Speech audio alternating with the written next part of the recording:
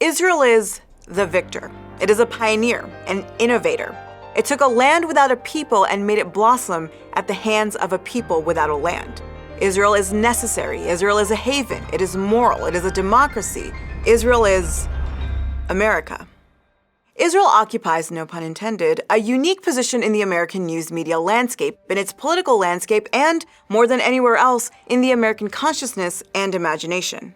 So let me be clear about what I believe. I stand with Israel because of our shared values, which are so fundamental to the founding of both our nations. Advocacy itself is not the cause of the bond between the United States and Israel. Its cause is the shared history and common values that draw America and Israel together. There is an assumption of virtue, of a greater good in America's official history that has been consciously reproduced by Israel's advocates for a large part of the last century in an attempt to Americanize the Israeli project. And so when the curtain is pulled away to reveal the violence that upholds Israel's existence, there is an understanding from the United States of the necessity of this violence. Because Israeli violence is necessary to protect Israel from threats to its exceptional existence, just as American violence is necessary to protect the United States from threats to its exceptional existence. How Israel is covered in the U.S. news and popular media serves to obscure the biggest thing that ties the United States and Israel together. They're both settler colonial states which have been built on the displacement and ethnic cleansing of other peoples. And so to tell the story of Israel in U.S. news media has required for over 7 decades the disappearance of Palestinians, their history, and their right to their homeland. Because a cultural narrative about Israel where Palestinians and their history are front and center would also then require that we are honest about the violence that belies every part of the myth of American exceptionalism. Welcome to Backspace, where we tell you how the story is told in the headlines, and then we think about how we can tell it a little differently.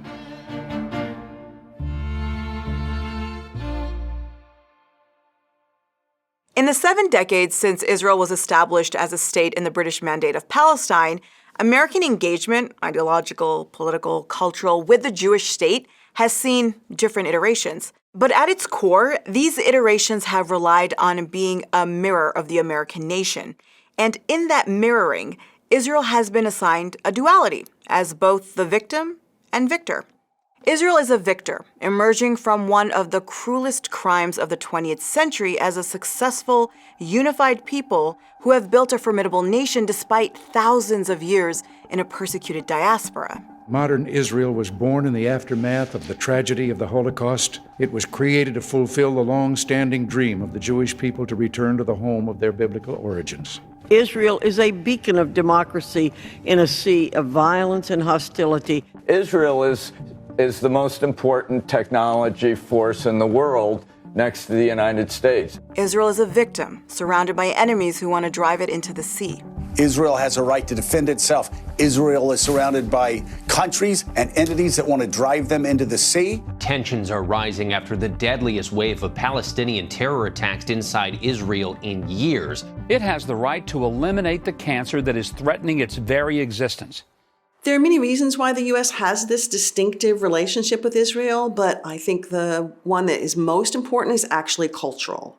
That is, we have a long history of representing Israel as being tied to U.S. interests, but also to U.S. values, to religious values and democratic values. Those representations have shaped most of us in one way or another to think of Israel as more than just a strategic ally or a good military partner. For a cultural history that extols shared values, it must build those shared values in opposition to other ideas, other values, and in the case of state and nationalist identities, other people. U.S. news and popular media have built a case for Israel reliant on the disappearance of Palestinians and any claim they have to their land, on the disappearance of their history of ethnic cleansing, the theft of their lands, and their ever-expanding diaspora. It's a time of border trouble for Israel, and another incident on the Jordanian frontier results in a roundup of Arab infiltrators. Action that follows an attempt by these illegal entrants into the country to terrorize the Israeli populace living near this troubled line. The militant Arabs claimed a territorial right to Jerusalem and Palestine that was 1,000 years old. But the determined leaders of Zionism pleaded a right that was even older. 4 Israeli settlers gunned down yesterday in the West Bank by Hamas, the Palestinian faction which opposes peace talks. To return to Palestine would be to displace Israel. We want to think about how Palestinians are not just entirely invisible, but made visible in a particular way, which is either as terrorists or as victims. If we think about the comparison between the United States as a settler colonial state and Israel as one, we can think about how people in the U.S. presented Native Americans. They were presented as disappearing, as not having political claims. Often people were very sad about what had happened to them, but what to do? Palestinians are not seen for a long time, but when they are seen, starting in the 1980s more, they begin to be seen as people who might have political claims, but the story of them is a story of people who are victims, who have a sad story, but Israel had to be Israel.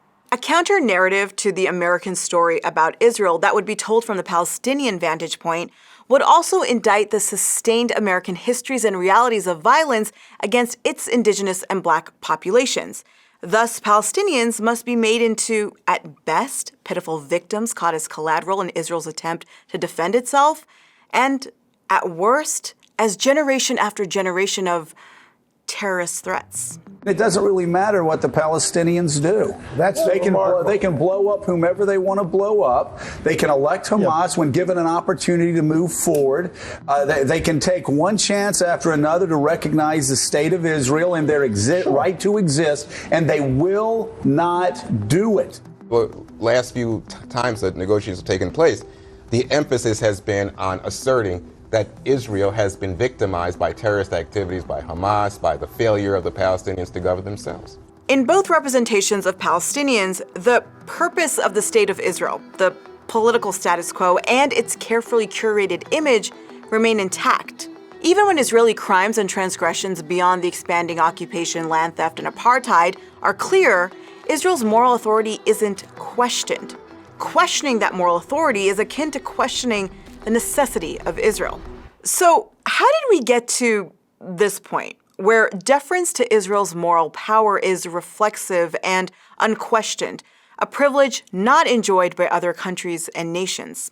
It's too reductive to think that a pro-Israel lobby is alone in building Israel in the American landscape, that they alone have had this power.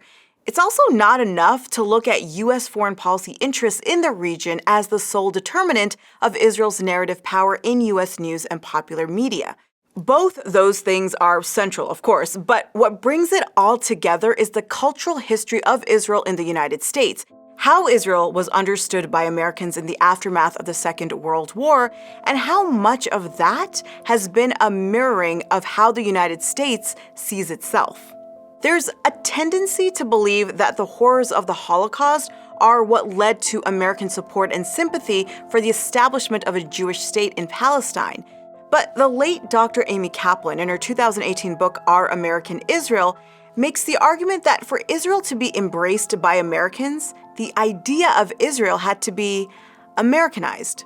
She writes, Israel's proponents attributed New World meanings, symbols, and mythologies to a European movement to establish a Jewish polity in the Arab Middle East. They drew parallels between Mayflower pilgrims and Jewish pioneers in the familiar landscape of the biblical Promised Land, and they presented Zionist settlement as enacting American ideas of modern development. In 1948, David Ben-Gurion, the George Washington of Israel, led his people and his country to independence.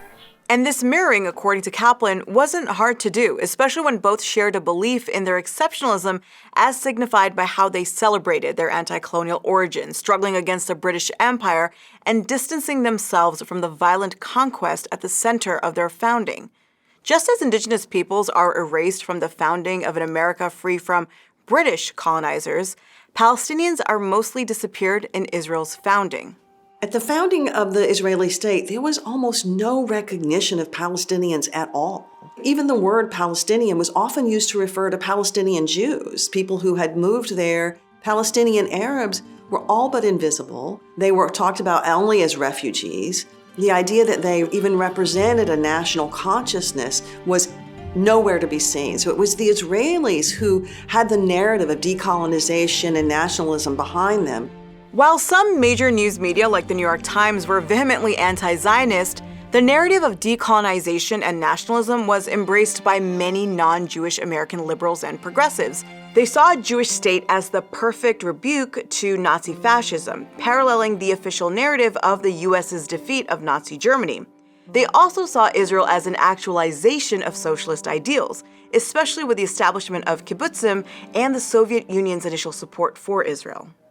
The Nation, a left-leaning magazine, was home to some of the biggest and most active support of Israel, and helped create the blueprint for how the narrative of Israel will come to be embraced in the United States news media for the coming decades, even if the Nation evolved its own position on Israel over time.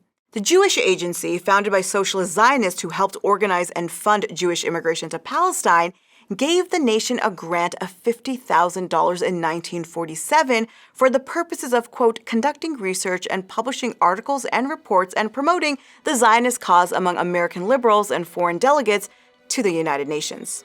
Emboldened by this, its longtime editor, Freda Kirchway, dedicated the pages of the Nation and its entire publishing institution to lobbying for the Zionist cause.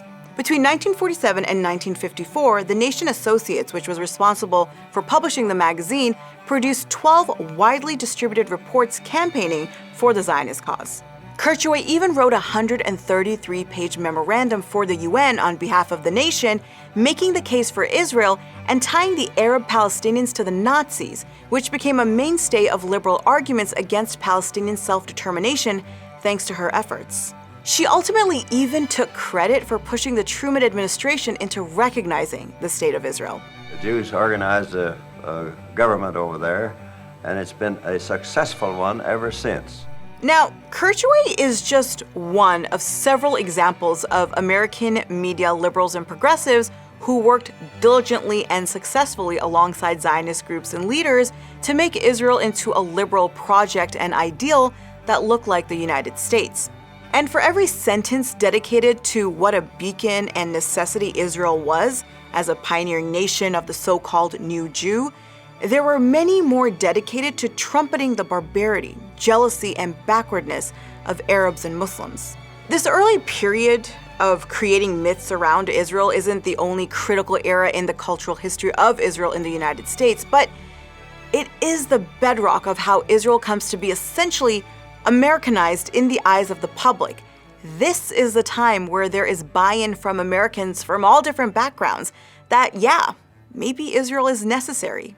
Maybe Israel is good. And following this period, we see tourism to the land of the Bible, which had existed well before Israel's establishment, flourish throughout the 50s and 60s, as do epic biblical films and the relationship between Hollywood and Israel itself.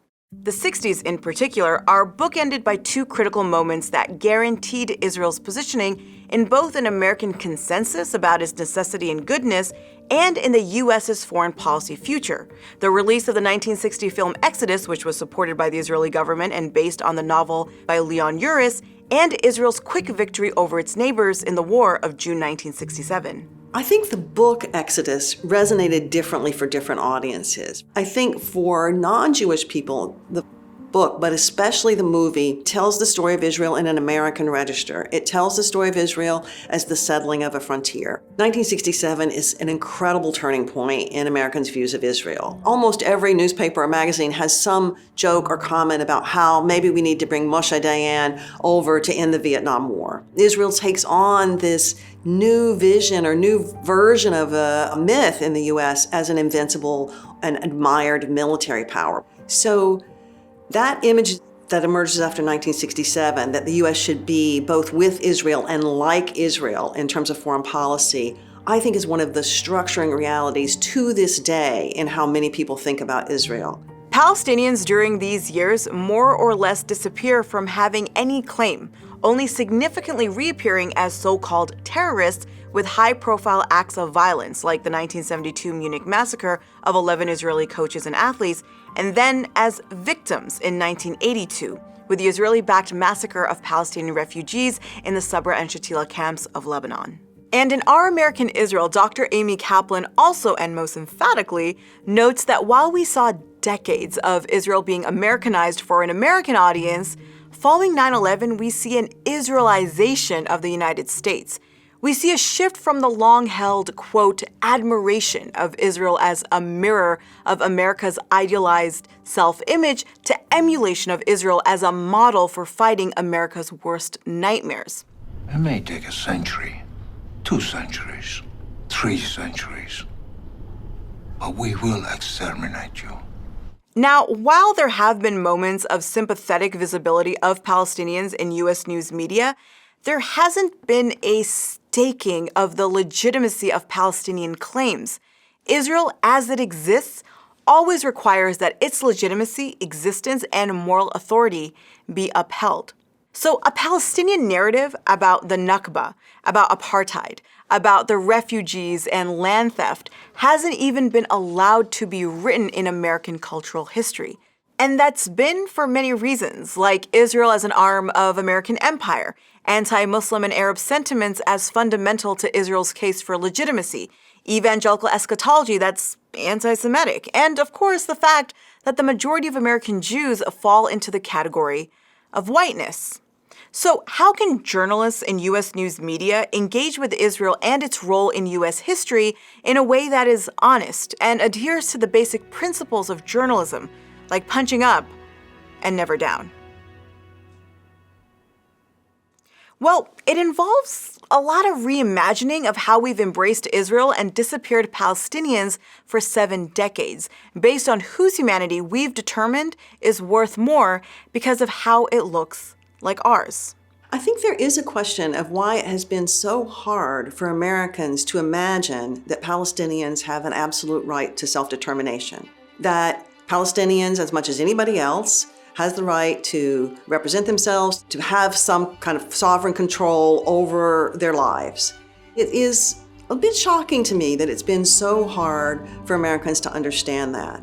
But I think it's a combination of Islamophobia, even though many Palestinians are Christian, many are Muslim, and that Islamophobia gets in the way. In the pilot episode of Backspace back in May 2021, we broke down the sort of language that contemporary news media uses in coverage of Israeli occupation and apartheid. Language that obfuscates not only the daily crimes committed by the Israeli state, but also the realities that Palestinians have experienced since 1948. But language is easier to revisit and rectify than an entire moral framework built on not only shared values, but ideations about a shared so-called Judeo-Christian heritage, about shared myths of revolution, about shared pioneering and shared exceptionalism. Good journalism about Israel that does what it's supposed to do doesn't separate Israel from its position as an occupying state and from its origins as a European settler colonial project born out of a European movement led by European Jews. Good journalism about Israel doesn't ignore what sustains Israel's existence as it is: the apartheid, Gaza as an open-air prison, the ever-expanding settlements, the checkpoints, the land theft, the incarcerations and killings of Palestinian youth, in addition to so much else that is meant to ensure that Palestinians never can have self-determination. Good journalism doesn't ignore Palestinians and doesn't question or belittle their claims to nationhood, resistance, and return when it does offer them some semblance of humanity and coverage. But for that kind of good journalism to happen, it needs to untangle and deconstruct the myths that tie together Israeli and American exceptionalisms. Otherwise, our journalism guarantees that those myths, which are used to justify the cruelties that sustain both Israel and the United States, are strengthened. And thus concludes another episode of Backspace. You guys are really the real ones for watching. So listen, we could really use your input. We're getting ready for another season of Backspace. Yay! I know. But we need your help. We want to know what are some other topics that are covered in U.S. news media that need that Backspace treatment. Let us know in the comments, and don't forget to like, share, and subscribe. Tell all your friends, tell your teachers, tell your professors, tell your Twitter followers. We're here. We're getting ready for another season. And we'll see you very soon.